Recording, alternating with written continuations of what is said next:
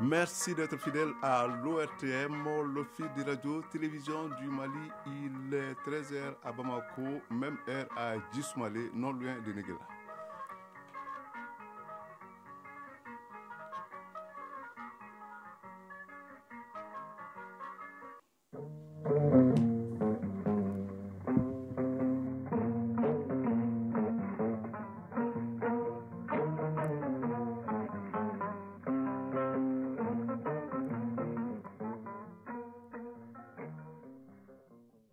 Le journal, Seydou Fomba. Bonjour. Troisième session de la 6e mandature du Conseil économique, social et culturel. Les travaux en plénière se poursuivent avec deux présentations, une relative à la tracasserie routière et l'autre au rôle du Conseil malien des chargeurs. Renforcement de la participation économique des jeunes comme alternative à la migration irrégulière dans les zones de Caille et Ségou, c'est tous les centres d'un projet qui vient d'être lancé et qui vise à créer des opportunités d'emploi. Il a pour nom Seydama. Tremblement de terre en Turquie, en Syrie, les bilans évoluent malheureusement tous les jours. Il a dépassé les 21 700 morts pendant que l'espoir de retrouver des survivants diminue. La robe d'avocat qu'on appelle encore toujours, c'est le sujet de notre dossier de ce vendredi. Une robe qui a bien une histoire, nous expliquera Aliou Abdoulaye Touré. Sport à la une du football avec notamment au menu les compétitions africaines des clubs et la 11e journée du championnat national de Ligue 1. Enfin, chronique du développement, ici la question de la problématique du financement des infrastructures en Afrique. C'est à suivre en fin de journal. Auditrices, auditeurs, bienvenue. Je vous l'annonçais dans les titres, le Conseil économique, social et culturel poursuit les travaux en plénière de la 3e session de sa 6e mandature. C'est ainsi que la question liée à l'aperçu de la tracasserie routière cas du Mali a été présentée par le Conseil malien des transporteurs routiers, plus une communication relative au rôle du Conseil malien des chargeurs des présentations qui ont permis aux uns et aux autres de comprendre les défis auxquels le secteur du transport est confronté. Reportage Mamadou Fane. Ouverte le lundi dernier, cette troisième session ordinaire de la 6e mandature du Conseil économique, social et culturel a pour thème transport et sécurité routière, un problème de sécurité publique et de gouvernance, défis et perspectives. La plénière de cette session a suivi avec intérêt une présentation du CMTR sur un aperçu des tracasseries routières cas du Mali, un phénomène qui constitue un frein au développement du secteur des transports.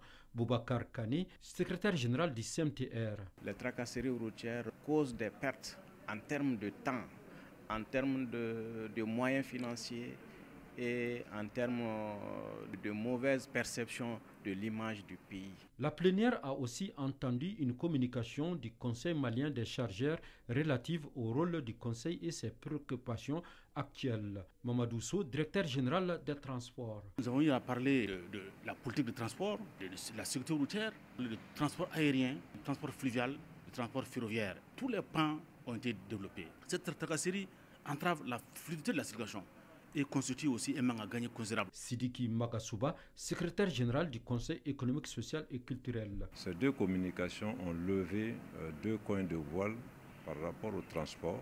Pour ce qui concerne les chargeurs, c'est l'évocation des normes. Et pour ce qui concerne les transporteurs routiers, c'est un problème de professionnalisme, mais également de gouvernance au niveau des autorités en charge du contrôle du trafic du transport routier. Ces différentes interventions ont permis d'édifier les membres du Conseil économique, social et culturel sur l'ampleur des tracasseries routières au Mali et les mesures à prendre pour réduire cette situation. On note une innovation à cette session qui est la participation du Conseil scientifique du Mali pour la première fois. Renforcement de la participation économique des jeunes comme alternative à la migration irrégulière dans les zones de Cayos et de Ségou, c'est le contenu d'un projet dénommé Seydama, un projet qui vise à créer des opportunités d'emploi afin de réduire la migration irrégulière des jeunes dans les zones de départ à Caille et Ségou. La cérémonie était présidée par le ministre de l'Entrepreneuriat national, de l'Emploi et de la formation professionnelle, compte rendu Barakissa Ouattara. 92% des jeunes Maliens qui se lancent dans les tentatives de migration irrégulière pointent du doigt le manque d'opportunités d'emploi ou encore des motifs économiques. Les régions de Caille et Ségou sont particulièrement touchées par le phénomène. Le projet Seydama vient ainsi réduire cette intention des jeunes en augmentant non seulement l'accès aux opportunités d'emploi, mais aussi aux activités génératrices de revenus dans les régions concernées. Pascal Redjens, chef de la mission de l'OIM. Ce projet s'inscrit totalement dans la réalisation de l'objectif 2 du Pacte mondial pour des migrations sûres, ordonnées et régulières, qui vise à atténuer les facteurs négatifs et les problèmes structurels qui poussent des personnes à quitter leur pays d'origine. Kasuge Claudia Berlandis, coordinatrice pays de l'Agence italienne pour la coopération au développement. Ce projet est le reflet de la vision globale de développement que l'Italie soutient. Une vision efficace, équitable, inclusive et durable. Une vision qui veut, sans rhétorique, contribuer à identifier des solutions adéquates et durables pour la création d'emplois et qui puissent fournir des alternatives viables pour la population. Ces projets s'alignent justement sur les priorités des autorités maliennes en matière de lutte contre le chômage des jeunes. Bakari Doumbia, ministre de l'Entrepreneuriat national, de l'Emploi et de la formation professionnelle. Les questions importantes de formation et d'insertion s'inscrivent dans le cadre des priorités de l'action gouvernementale et justifient les nombreuses initiatives multisectorielles menées par les partenaires techniques et financiers, le secteur privé et les organisations non gouvernementales pour faciliter l'accessibilité des jeunes à la formation et à l'emploi. C'est pour toutes ces raisons que je me félicite du lancement du projet Seydama, renforcement de l'autonomisation économique des jeunes dans 2 zones de départ élevées au Mali, c'est-à-dire Ségou et Caille. Le projet Seydama, porté par l'Organisation internationale pour les migrations avec l'appui technique et financier de la coopération italienne, durera 24 mois. Le service social des armées du Mali mobilise 60 millions de francs CFA pour la construction d'un centre social multifonctionnel au profit des femmes et des enfants des éléments des forces de défense et de sécurité de la 6e région militaire. La pose de la première pierre de cette infrastructure qui vise à assurer l'autonomisation des ayants droit des militaires pour la défense de la patrie a eu lieu hier jeudi au Cap Amadou Baridi Balobo de Sévaré, une occasion saisie par la forçate civile pour apporter un appui en semences maraîchères aux femmes d'une valeur de 500 000 francs CFA plus 1 million de francs CFA comme fonds de roulement. À Mopti, nous avons joint Daouda Diakité. Le centre social multifonctionnel au profit des femmes et des enfants des forces de défense et de sécurité de la 6e région militaire, qui verra le jour dans 3 mois, est l'œuvre du service social des armées. Colonel-major Brema Samake, directeur du service social des armées du Mali. La réalisation de cet ouvrage offre à nos familles l'immense opportunité d'avoir un lieu de rencontre, d'échange, de mener beaucoup d'activités en termes de formation socio-professionnelle ainsi que des activités génératrices de revenus. Et le geste est accueilli avec joie et reconnaissance par le premier responsable de la 6e région militaire, colonel Karim Traoré. Toute action qui va dans le sens de la prise en charge de nos familles, de la prise en charge de nos enfants, toute action qui va dans le sens de l'occupation de tout ce monde, c'est une action humanitaire à saluer à sa juste valeur. L'occasion est opportune pour la forçate civile d'apporter aux femmes du camp Amadou Baridi Balobo de Sévaré un appui en semences maraîchères d'une valeur de 500 000 et 1 million de francs CFA comme fonds de roulement. Aïché Baba Keïta, président de la forçate civile. Il est important de rappeler que l'une des raisons d'être de la forçate civile, c'est d'œuvrer dans le cadre de l'action civilo-militaire. C'est dans ce cadre-là que nous avons scellé un partenariat avec le service social des armées effectivement les aider dans leurs fonctions régaliennes qui est de faire du social envers les veuves et les orphelins des militaires et paramilitaires. Le cadre a permis au service social des armées, en partenariat avec la NPE et la PEJ, de lancer la formation professionnelle de 76 jeunes en maçonnerie, peinture bâtiment, carrelage, menuiserie métallique et électricité bâtiment en vue de leur insertion dans les circuits productifs. Mopti, Daouda Diakité et Djakalia Traoré pour l'ORTM. ORTM 13h10, dossier de ce vendredi à présent, il traite de la robe d'avocat encore appelée toge. Dans l'exercice de leurs fonctions, les avocats portent tous sans exception une robe noire avant d'assurer la défense de leurs clients devant les juridictions. Alors, vous ne le savez peut-être pas, c'est une robe qui a bien une histoire. Elle a aussi des particularités liées à l'éthique et à la déontologie de la profession d'avocat. Pour en savoir davantage, suivons ces dossiers signés Aliou Ableturé. Si l'habit ne fait pas le moine s'identifie très vite par l'habit. Tout comme dans les cours et tribunaux, les avocats s'identifient par leur robe. La robe de l'avocat, Maître Mohamed Goueta, la porte depuis 16 ans. Et je porte la robe d'avocat depuis 16 ans.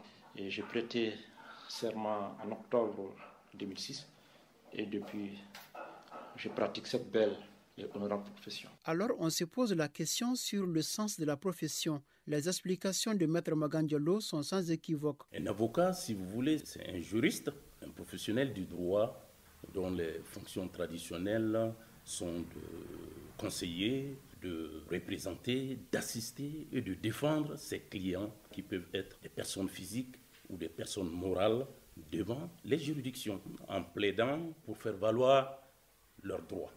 Justement, c'est dans le cadre de ces activités-là que l'avocat est amené à porter ce qu'on appelle la robe d'avocat. La robe d'avocat, autrement appelée toge d'avocat. Et cette robe a bien une histoire, comme nous l'expliquent Maître Magandjalo et Maître Mohamed Goueta, tous avocats. La robe d'avocat a effectivement une histoire. Moyen âge, pour la première fois, la robe d'avocat a fait son apparition au niveau des gens de l'église, comme on dit, si vous voulez, les clergés.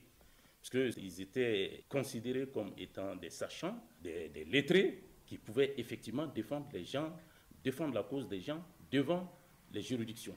Donc, ces gens-là, ils portent la soutane noire, qui ressemble fort étrangement d'ailleurs à la robe d'avocat. Donc, ça a commencé par cette soutane. Une soutane noire qui comportait 33 boutons à la référence de l'âge de la mort du Christ. La soutane, appelée robe d'avocat à l'époque, avait une longue traîne qui se déployait lors des cérémonies.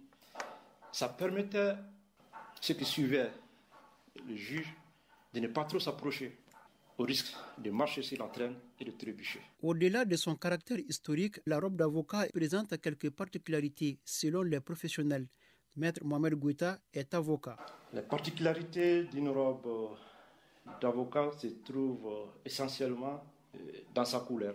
Parce que depuis le Moyen-Âge, la couleur de la soutane était noire et la robe d'avocat a gardé cette couleur noire. Ensuite, elle a des manches larges avec un revêtement en soie noire, en soie. Et c'est vrai aujourd'hui, elle n'a pas 33 boutons comme fermeture. En tout et pour tout, elle n'a que 21 boutons. Donc, la robe comporte un rabat aussi, qui est de couleur blanche et plissé. Elle comporte aussi une épitoge. Une épitoge, c'est 2 brins de tissu fixés à l'épaule gauche de la robe. Et aux 2 extrémités, il y a une fourrure blanche. Si le port de la robe d'avocat relève de la coutume et de la tradition, au Mali, elle est une obligation selon des dispositions textuelles et réglementaires. Maître Magandjalo nous explique. Dans le cadre national, le règlement intérieur du barreau du Mali, qui date du 17 juillet 1995, aussi précise que l'avocat doit être en robe. L'avocat doit se présenter devant le juge en robe ou devant les juridictions. Cette exigence, si vous voulez, est prévue par le règlement numéro 5 de 2014 de l'UOMOA relatif à l'harmonisation des règles régissant la profession d'avocat dans l'espace UOMOA. Cependant, il convient de retenir une précision importante.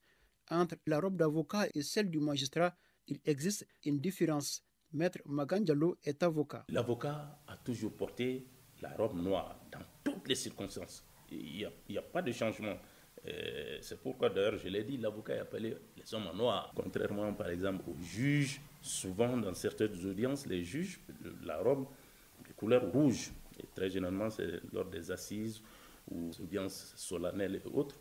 Et le magistrat peut être amené à porter une autre couleur. Le magistrat porte des robes en noir dans certaines circonstances, par exemple lors des audiences civiles où le magistrat porte une robe, mais c'est une robe en noir. La robe d'avocat est seulement portée dans les juridictions, mais de façon exceptionnelle, elle peut être admise hors des tribunaux, comme nous l'explique Maître Magandjalo, avocat. Notamment lors des obsèques, par exemple, d'un confrère, les avocats peuvent se mettre en robe. Et aussi, lors d'une prestation de serment, ce qui est bien possible aussi, l'avocat peut être en robe, et même les manifestations. Donc, à chaque fois qu'il y a des grèves, les avocats peuvent sortir en robe et gréver. Ça, c'est des situations exceptionnelles. En somme, la robe est plus qu'un costume pour l'avocat. Elle lui permet de se sentir investir d'un pouvoir légal pour assurer la défense d'un client. Mali Actualité, 13h passées de 15 minutes.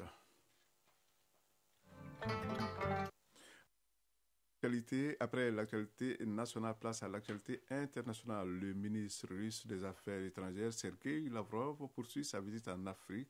Il a été reçu hier à Khartoum, au Soudan, par de hauts responsables politiques du pays. Le chef de la diplomatie russe, Sergei Lavrov, a dit soutenir l'appel à lever les sanctions de l'ONU qui frappent ces pays déjà enfoncés dans une profonde crise économique et politique. Cette visite d'une durée de 2 jours s'inscrit dans la volonté de Moscou de renforcer son influence en Afrique. Elle marque la dernière étape d'une tournée diplomatique africaine après le Mali et la Mauritanie. Le mois dernier, Sergei Lavrov s'était rendu en Érythrée, en Angola, en Eswatini et en Afrique du Sud. Et d'ailleurs, un sommet Russie-Afrique est prévu pour juillet prochain à Saint-Pétersbourg. Les bilans du tremblement de terre survenu lundi dernier en Turquie et en Syrie ne cessent de s'alourdir. Il a dépassé aujourd'hui les 21 700 morts et l'espoir de retrouver des survivants diminue 5 jours après le séisme. La Banque mondiale a annoncé hier qu'elle apportera une aide de 1,78 milliard de dollars et les États-Unis ont indiqué qu'ils fourniraient 85 millions de dollars pour aider la Turquie et la Syrie, et l'Allemagne à son tour a envoyé 90 tonnes de matériel.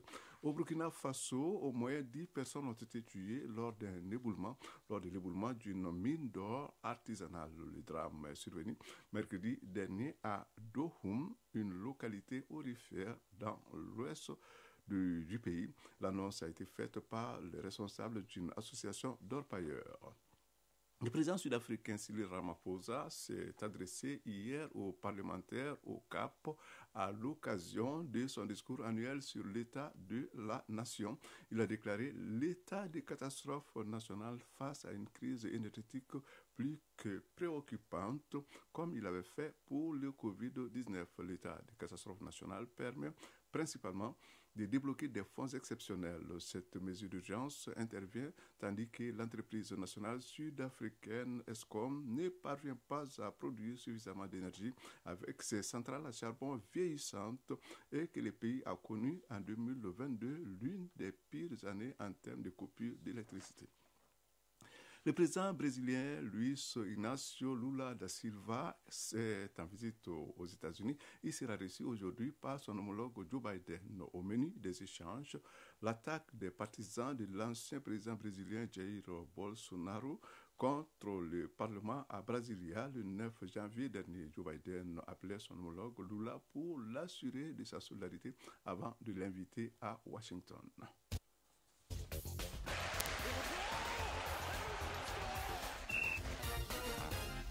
L'actualité sportive est dominée par le football et le football, c'est vendredi, c'est d'abord les championnats africains, les compétitions africaines des clubs qui sont à l'honneur ce week-end ici au Mali. L'actualité, c'est la 11e journée du championnat national de Ligue 1. Le développement de l'actualité sportive, c'est avec Salif Ouedraogo. La 11e journée du championnat national de Ligue 1 donne son coup d'envoi cet après-midi avec 2 rencontres. Le choc du jour mettra aux prises à 16h l'association sportive de Crofina, 4e au classement avec 16 points, et le Gueluba AC, leader avec 22 points. Le duel des promis suivra ensuite à 18h. Binga FC, 8e, 13 points, accueille l'Union sportive de Bougouni, 3e, 17 points. 2 autres rencontres seront au programme samedi. Au Stade Modibo Keïta, Afrique Football Elite AFE joue contre le Stade malien de Bamako. À Baraouli, l'AS Bakarigan va en découdre avec les 11 créateurs de Nyarila. La rencontre AS Real Union Sportive du Cercle de Kita, prévue pour ce samedi, devrait être reportée à une date ultérieure en raison du déplacement de l'AS Real en République démocratique du Congo pour la Coupe CAF. Une rencontre qui s'inscrit dans le cadre de la première journée des matchs de poule. Fin du match de la 11e journée avec les affiches USFAS Sobe et AS Police Guélin Olympique. Les compétitions africaines des clubs débutent ce week-end. D'abord en Coupe de la Confédération. Le Real de Bamako se trouve présentement en République démocratique du Congo pour affronter les Corbeaux du tout-puissant Mazembe de Loum ce dimanche. Quelques rencontres phares sont également attendues. ASEC Mimosa d'Aren Club Motema PB, USM d'Alger, Saint-Lois Lupopo de notre compatriote Mohamed Marasouba. En Ligue des Champions, la première journée de la phase de poule sera également à l'honneur ce week-end. 6 matchs seront au programme. Le champion en titre Wydad Athletic Club et le finaliste de la saison dernière à la Ligue n'entreront pas en lice ce week-end en raison de leur participation à la Coupe du monde des clubs de la FIFA qui se déroule au Maroc. La première grosse affiche est dès ce vendredi en ouverture. Le quintuple champion, le Zamalek du Caire et le Ser Belouizdad d'Algérie s'affrontent dans un derby nord-africain. Le second match de ce vendredi oppose Pedro Luanda d'Angola et la GES Kabylie d'Algérie. De l'autre côté de la frontière marocaine, le Raja Club Athlétique joue contre les novices des Vipers FC d'Ouganda. En Afrique du Sud, Mamelodi Descendant entame sa nouvelle campagne africaine contre Al-Hilal du Soudan. El Merreikh sera également à l'extérieur pour affronter l'Espérance de Tunis. Une nouvelle pour terminer. Déjà privé de Kylian Mbappé, le Paris Saint-Germain pourrait faire sans une de ses stars pour la réception du Bayern Munich lors du 8e de finale aller de la Ligue des Champions. En effet, Lionel Messi serait incertain pour ce choc après avoir été touché contre Marseille lors de la Coupe de France. Chronique du développement. La chronique du développement de ce vendredi a pour thème la problématique du financement des infrastructures en Afrique. Selon les dernières statistiques, le déficit de financement des infrastructures en Afrique se chiffre à environ 200 milliards de dollars par an.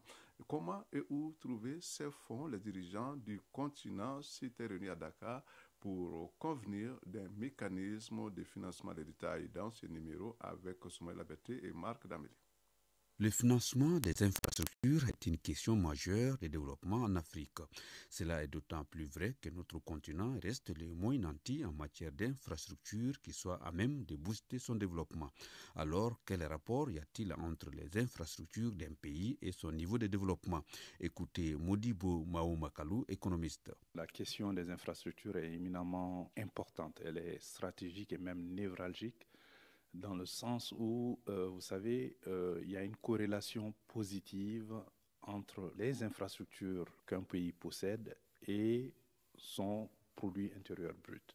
C'est-à-dire, plus vous avez les infrastructures qui augmentent dans un pays, plus son activité économique croît, plus son revenu national croît, et donc le PIB croît. Et malheureusement, un déficit assez important qu'on constate au niveau de l'Afrique, qui est le continent le moins doté en infrastructures. Et évidemment, nous pensons qu'il va falloir financer ces infrastructures qui nécessite des investissements à long terme, donc des ressources longues. Conscients du retard acquis par le continent dans ces domaines, ces dirigeants se sont retrouvés à Dakar au début de ce mois de février à la faveur d'un sommet autour du thème « Maintenir l'élan vers des infrastructures de classe mondiale en Afrique ». Il y a le programme de développement des infrastructures en Afrique qui avait été mis en place en 2010. On appelle ça le PIDA. La première génération, c'était 2011-2020. Et maintenant, la seconde génération, il y a eu les projets prioritaires qui ont été quand même choisis. Il s'agit de 69 projets pour un financement total de 160 milliards de dollars US. Un dollar US fait 607 francs CFA pour le moment. L'idée, c'était que les décideurs, c'est-à-dire les autorités politiques, mais aussi les institutions de financement aussi africaines et les partenaires au développement, ainsi que le secteur privé africain, émettent des solutions par rapport à ce financement. En 2012, l'Afrique au sud du Sahara, qui avait reçu quand même 15 milliards et demi de dollars d'investissement étrangers, mais tenez-vous bien, en 2020, on n'a eu que 5 milliards de dollars. Il va falloir que maintenant, nous comptions sur nos propres forces et sur nos propres ressources. Le financement des infrastructures en Afrique se fera à travers les communautés économiques sous-régionales. Il va concerner 4 secteurs, l'énergie, les ressources transfrontalières et les technologies de l'information et de la communication. En clair, il s'agit des financements lourds à moyen et long terme qui ne peuvent être assurés qu'à travers un mécanisme endogène à l'échelle du continent. Modibo Maoumakalou, économiste. Ces infrastructures-là sont sous-régionales. Et vous savez, l'Afrique est divisée en 5 communautés économiques régionales au sein de l'Union africaine. Donc, ce sont ce genre de projets dans 4 secteurs. Et donc, c'est pour combler ce déficit, parce que la Banque africaine de développement en 2018 avait déjà estimé que le déficit au niveau du financement des infrastructures se situait dans une fourchette de 130 milliards de dollars à 170 milliards de dollars. Mais nous avons actualisé ce montant actuellement qui se situe à 200 milliards de dollars par an. L'énergie occupe quand même au moins 130 à 150 milliards au niveau de ce manque de financement, et que les réseaux électriques à eux seuls peuvent aller un peu jusqu'à 80 milliards de dollars. Il s'agit non seulement de trouver les financements des ressources longues en Afrique, par exemple, vous savez, le Fonds de solidarité africain qui se trouve à Niamey, qui est un institut multilatéral de financement, octroie des garanties. Si vous prenez le fonds de pension de l'Afrique du Sud, c'est le fonds de pension qui est le plus large en Afrique. Et à lui seul, il gère 500 milliards de dollars d'actifs. C'est plus que le PIB de 98% des pays africains. Mais il ne finance pas d'activités dans les autres pays. Parce que, vous savez, avec les obligations souveraines, c'est-à-dire les bons du Trésor et autres, ceux qui possèdent les ressources longues préfèrent investir dans des secteurs où les actifs sont plus liquides et les risques moins élevés. Mais si vous financez l'infrastructure, il faut compter 10 ans, 20 ans, 30 ans, jusqu'à 50 ans plus. Parce que l'infrastructure, c'est le moyen et le long terme. Et vous ne pouvez pas prendre les ressources des banques commerciales qui sont à court terme pour financer des investissements à long terme. Donc c'est un peu cela l'idée. Et il faut que ces risques-là soient amoindris. Et c'est la volonté politique qui peut faire cela. Parce que si les Africains même ne financent pas leurs investissements, je ne pense pas que les investisseurs étrangers le feront à notre place. En définitive, l'Afrique doit elle-même assurer le financement de son développement. Voilà pourquoi le sommet de Dakar trouve toute sa justification dans la recherche de solutions à cette problématique.